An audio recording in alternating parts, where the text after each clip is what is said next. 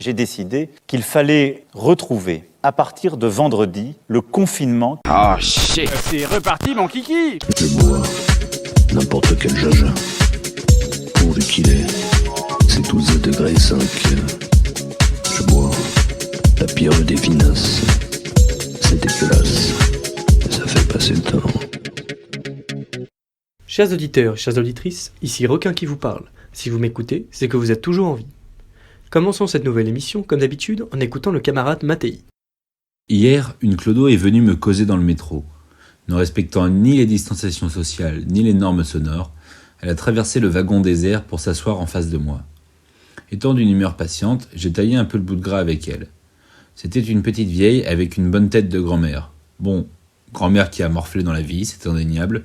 Grand-mère avec un sérieux problème de boisson. Mais une femme qui a dû être belle étant jeune. Elle était habillée de façon un peu foutraque, genre Amélie Nothomb en bad trip, mais on sentait qu'elle voulait paraître élégante. Elle me raconta son histoire qui malheureusement était une sorte de teaser de ce qui allait se passer pour beaucoup bientôt. Ancienne ouvrière brodeuse, sa boîte avait fermé lors de je ne sais quelle crise du textile. Le patron, en bon salaud, avait vidé l'usine en douce en un week-end pour la réinstaller dans un obscur pays asiatique. Du jour au lendemain, son monde s'est écroulé. Elle a essayé de se battre face au plan de relance fallacieux, aux promesses des politiques qui disaient que personne ne resterait sur le carreau, aux projets de soi-disant repreneurs qui voulaient bien tout reprendre sauf les employés. Trop vieille pour retrouver du travail, elle s'est enfoncée. Problèmes professionnels, problèmes de thunes, dépression, donc problèmes de couple, alcool, divorce, perte de la garde des enfants, etc., etc. Elle s'est retrouvée dans la rue avec personne pour l'aider, et depuis erre entre différents points de collecte et de foyers d'accueil. Ce qui est cool avec les SDF, c'est qu'ils reconnaissent bien volontiers que les boss du rap game en termes de charité, c'est l'église catholique. Elle me racontait, par exemple, que tous les jeudis, on l'invitait à dîner dans une paroisse du 15e arrondissement. Le deuxième truc cool, c'est qu'ils détestent les migrations, voyons bien qui squatte les places dans les foyers, les structures d'aide et les plans de subvention. Ce qui est moins cool avec les SDF, c'est que globalement, ce que m'a raconté cette dame allait être le futur de pas mal de gens en France. Je ne veux pas vous péter l'ambiance, mais quand les spécialistes s'attendent à la pire crise qu'ait connue l'Occident depuis 1870, ça veut dire ça. Ça veut dire des bras zéros dans les rues, où des mendiants essayent de se réchauffer autour d'un bol de soupe. Bref, avant qu'il ne soit trop tard, mettez tout en œuvre pour soutenir vos commerçants, vos artisans, vos indépendants. Si vous avez un peu de blé à gauche, dépensez-le intelligemment auprès de gens qui le méritent. Amazon ne vous sauvera pas de la grande faillite. Votre boucher qui emploie 5 personnes, en revanche, lui mérite de continuer à vous découper du gras de bidoche. Poursuivons avec les actualités, présentées par Derfonnet. L'actualité de ce mercredi 11 novembre. Démocratie. L'Union européenne envisage d'interdire le chiffrement de bout en bout des messageries instantanées pour lutter contre le terrorisme. Les applications devront donner au gouvernement des portes dérobées pour surveiller ce qui se raconte. Une demande à surveiller quand on sait qu'en France, les lois d'exception sont passées dans le droit commun et que le gouvernement peut analyser tout ce que vous racontez. Toujours pour lutter contre les vilains barbus, bien sûr. Virus. Alors que Bolsonaro souhaite que le Brésil cesse d'être un pays de pédés face à la pandémie, un Français sur 2 envisage de ne pas fêter Noël en famille, selon un sondage. Pendant ce temps, Ajaccio a installé des portiques de désinfection dans ses supermarchés avec ultrasons, ultraviolets et un vaporisateur. De quoi acheter ses légumes bio en toute sécurité. Société. Aux États-Unis, une grand-mère a accouché de sa petite fille. La brave Julie Loving, si bien nommée, a été mère porteuse pour la fille de sa fille. Rien de bien exceptionnel en somme. En Hongrie, en revanche, le gouvernement veut inscrire dans la Constitution qu'une mère est une femme et un père un homme, et que le sexe, c'est celui de la naissance, tandis que l'éducation est assurée selon les valeurs de la Hongrie et de la culture chrétienne. Si ça passe, je sens une Pologne bis. Heureusement, aux États-Unis, un chien a été élu maire d'une petite ville du Kentucky. Depuis les années 90, les habitants paient pour voter et l'argent permet d'embellir la ville.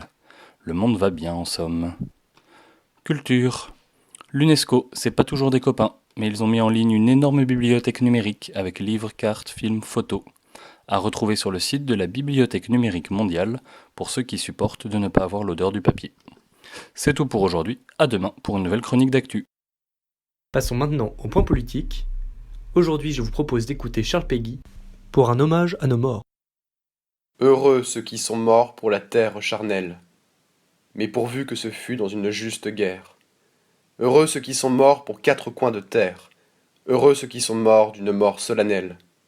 Heureux ceux qui sont morts dans les grandes batailles, couchés dessus le sol à la face de Dieu. Heureux ceux qui sont morts dans un dernier haut lieu, parmi tout l'appareil des grandes funérailles. Heureux ceux qui sont morts pour des cités charnelles, car elles sont le corps de la cité de Dieu. Heureux ceux qui sont morts pour leur âtre et leur feu, et les pauvres honneurs des maisons paternelles.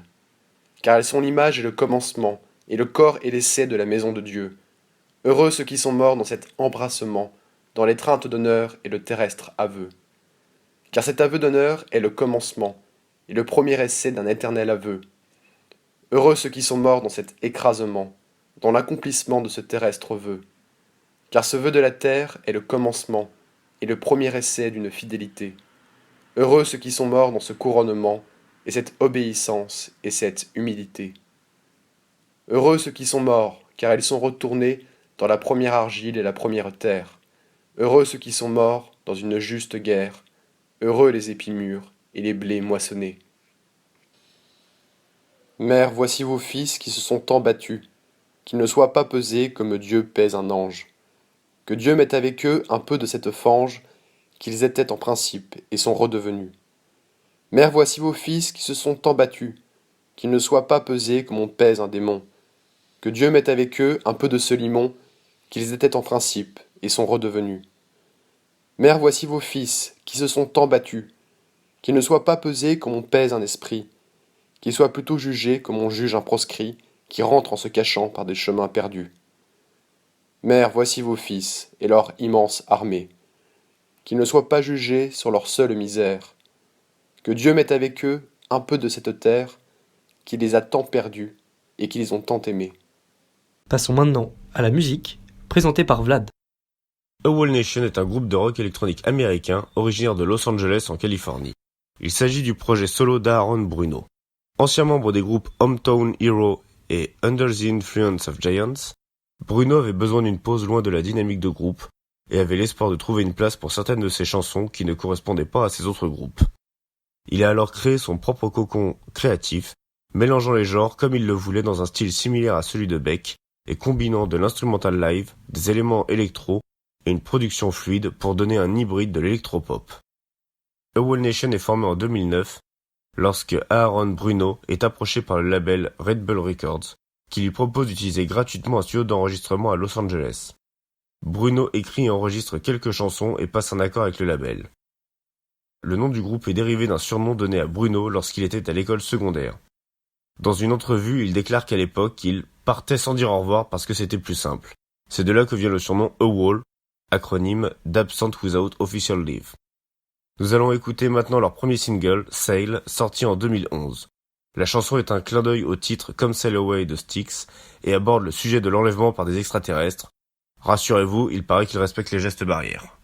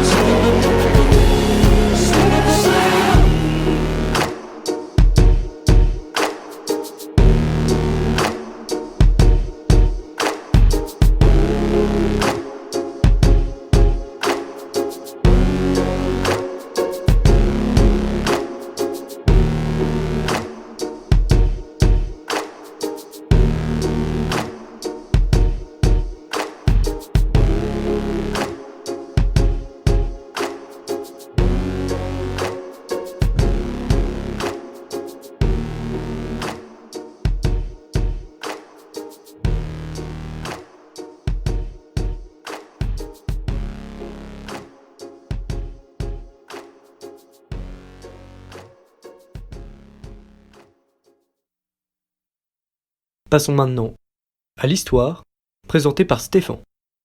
Aujourd'hui, je vais vous parler de l'Artsakh. L'Artsakh, plus connu sous le nom de Haut-Karabakh, est une région du Caucase disputée entre l'Azerbaïdjan et l'Arménie. Je vais vous présenter aujourd'hui la situation au Caucase, les enjeux géopolitiques, les tenants et les aboutissants de cette guerre pour le contrôle du Haut-Karabakh. Le Haut-Karabakh, déjà, où c'est ? Il s'agit d'une petite région montagneuse située dans le sud du Caucase et peuplée de 150 000 habitants environ. Cette région, qui a souvent été disputée au cours des siècles, est généralement considérée comme historiquement arménienne, puisque c'est la 10e province historique du royaume d'Arménie. Son important patrimoine chrétien témoigne d'ailleurs que la région est plutôt historiquement chrétienne. Alors que l'Arménie et l'Azerbaïdjan voisins faisaient partie de l'Empire russe, après la révolution bolchevique de 1917, les Arméniens et les Azéris se disputent le contrôle de cette région au sein de la toute jeune Union soviétique. Les Azéris, galvanisés par le récent génocide des Arméniens perpétré dans la Turquie voisine, se livrent à des massacres d'Arméniens. En 1921, Staline décide finalement de rattacher le Haut-Karabakh à la République socialiste d'Azerbaïdjan. Cette situation perdure jusqu'à la fin des années 80. En 1988, l'heure est à la perestroïka en Union soviétique. Le Haut-Karabakh en profite pour proclamer unilatéralement son indépendance. En 1991, l'Union soviétique s'effondre et l'Arménie comme l'Azerbaïdjan deviennent chacun indépendants. L'Azerbaïdjan envoie donc ses troupes pour reconquérir le Haut-Karabakh qu'il considère comme son territoire. De nombreux et violents affrontements éclatent entre les Azéris et les Arméniens. L'Azerbaïdjan impose un blocus sur le Haut-Karabakh, ce qui engendre une catastrophe humanitaire. En 1994, enfin, les deux parties parviennent à signer un cessez-le-feu sous l'égide de la Russie, de la France et des États-Unis. Jusqu'en 2008, celui-ci est plutôt bien respecté. En 2008, un conflit frontalier est venu raviver les tensions. En 2016, les hostilités ont repris de plus belle lors d'une guerre de 4 jours qui a fait plus de 200 morts. Fin septembre dernier, l'Azerbaïdjan a de nouveau attaqué le Haut-Karabakh. Cette dernière offensive a été beaucoup plus meurtrière que les précédentes. Les pertes côté arménien sont particulièrement lourdes. Le 10 novembre dernier, les deux parties ont signé un cessez-le-feu. Le Haut-Karabakh a perdu beaucoup de territoire durant cette guerre. Regardons maintenant ce conflit d'un point de vue géopolitique. L'Arménie peut compter sur le soutien, prudent, de la Russie, puissance tutélaire dans la région, qui s'oppose en arbitre du conflit et veille à préserver l'intégrité territoriale de l'Arménie. La communauté internationale a largement condamné l'agression azérie sur le Haut-Karabakh, néanmoins sans soutenir réellement l'Arménie. La Turquie, quant à elle, soutient l'Azerbaïdjan, pour des raisons ethniques, religieuses et culturelles. La Turquie cherche une continuité géographique entre tout l'espace turcophone. Pour ce faire, elle doit empiéter sur le territoire de l'Arménie, qui coupe l'Azerbaïdjan de la Turquie. Israël soutient l'Azerbaïdjan en lui fournissant des armes en échange de livraison d'hydrocarbures. Le rôle de l'Iran est peut-être le plus ambigu. En effet, si l'Azerbaïdjan, à l'instar de l'Iran, est un pays chiite, l'Iran voit d'un très mauvais œil le rapprochement entre l'Azerbaïdjan et Israël, ennemi historique du régime de Téhéran. Ainsi, on peut interpréter ce cessez-le-feu comme une indéniable victoire d'Erdogan. L'Occident a brillé par son absence, et le rôle ambigu de la Russie et de l'Iran pose encore de nombreuses questions quant à l'avenir de la région. Passons maintenant à la littérature. Aujourd'hui, Que faire de Lénine, présenté par Ravage. Ouvrage indispensable pour comprendre la révolution bolchevique, Que faire, publié en 1902, est la mise par écrit des réflexions de Lénine pour lancer la scission entre les socialistes réformateurs, ou trade unionistes, et les socialistes révolutionnaires. À l'époque où Lénine écrit Que faire, le mouvement socialiste russe est en mauvaise posture.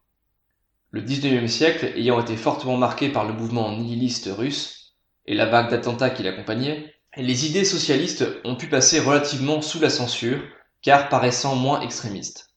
Il en découle qu'une partie non négligeable de la population russe comprend et partage les idées socialistes, et notamment la bourgeoisie de gauche. Cependant, si les idées socialistes n'ont jamais été aussi répandues, elles n'ont également jamais été aussi dévoyées. Nombre de socialistes russes, observant les progrès économiques du pays, souhaitent une réforme en douceur du régime et non plus la révolution. C'est le courant trade unioniste que dénonce Lénine, ces socialistes qui préfèrent négocier pour les conditions de travail des prolétaires avec le gouvernement et le patronat, plutôt que de chercher à les réduire. L'autre courant que dénonce Lénine, et qui est lié au premier, est le spontanéisme. Les socialistes réformistes, en renonçant à suivre la théorie marxiste de renversement du capitalisme, n'ont pour seul combat que ceux que le prolétariat va mener de manière spontanée. Le rôle des socialistes réformistes n'est que d'accompagner et d'aider les prolétaires dans ces combats.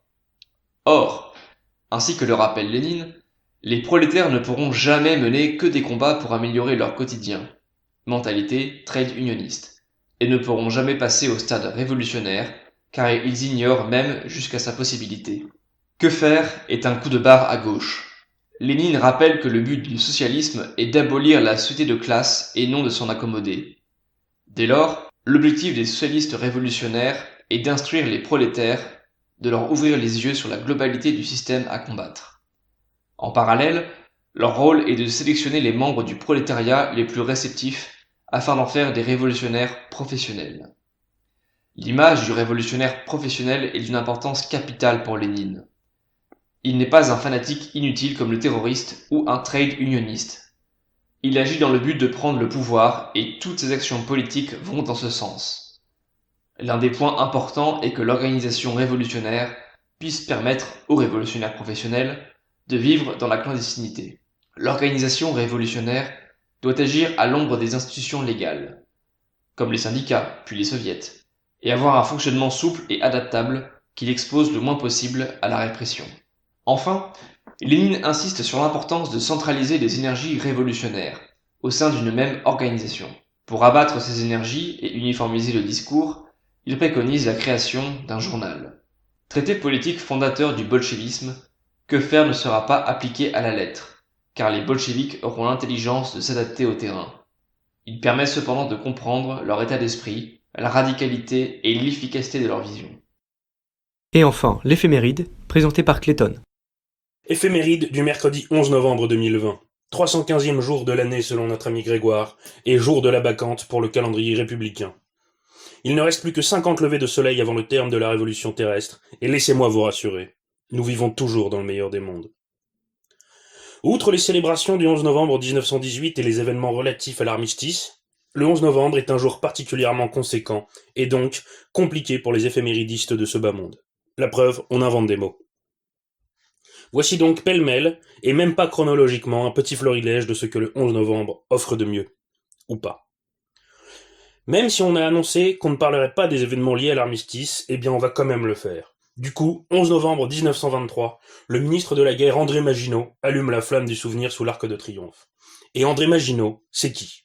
C'est un peu une sorte de Gandalf, sauf que c'est pas dans la Moria mais dans les Ardennes. Et là, il pose son bâton, enfin des bunkers, et il crie aux Balrogs, enfin les Allemands, « Vous ne passerez pas !» Et en fait, si, il passe, enfin il contourne. Bref, Maginot, c'est pas vraiment Gandalf. Poursuivons avec une bonne nouvelle pour nos camarades apprentis philosophes. Si en tant que groupie de Platon, votre soif de savoir n'a jamais été vraiment assouvie, même après la lecture de la République ou encore du banquet, ne dépérissez pas.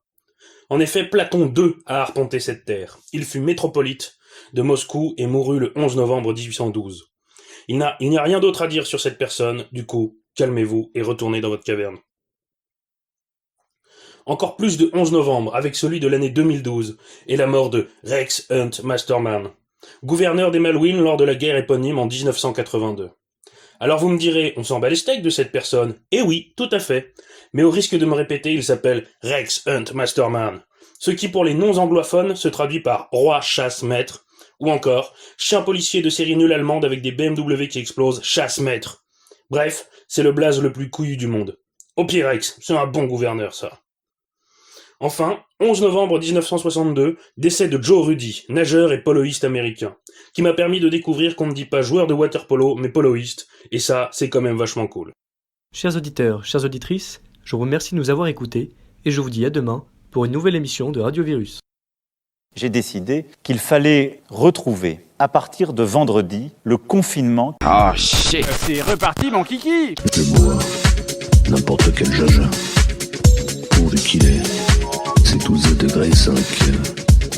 Je bois la pire des finasses. C'est dégueulasse, mais ça fait passer le temps.